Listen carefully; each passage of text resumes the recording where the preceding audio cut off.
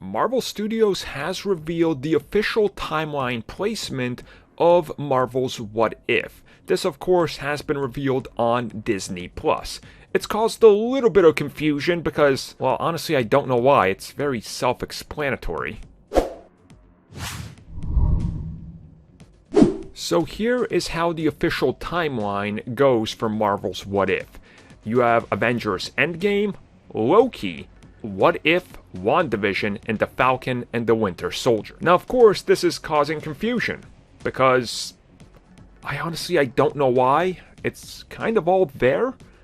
Like Loki taking place literally right after Endgame, but also Loki takes place at the end of time where we see the final moments and then the splitting of the sacred timeline.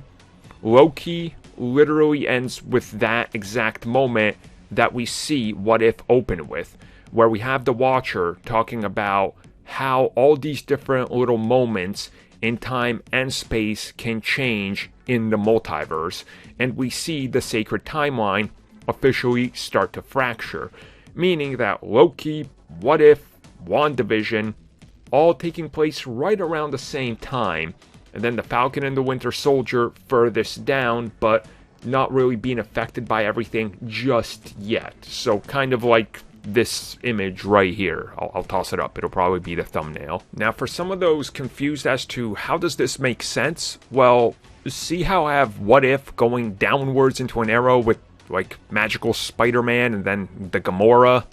Yeah, that's because that's all a separate timeline. It doesn't factor into the main continuity. It's splintering, it's variants, it's doing its own thing.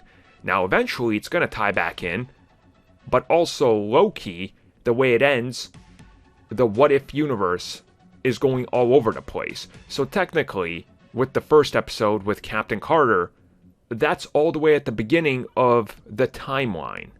Because again, that's a What If, a separate timeline to what happens in the first Avenger. Does that make sense? So now every episode of What If is just its own thing. It's its own reality. It's something that's spawned from the sacred timeline due to everything that happens with Loki. So it's not too hard. Just don't overthink it. Just go with it.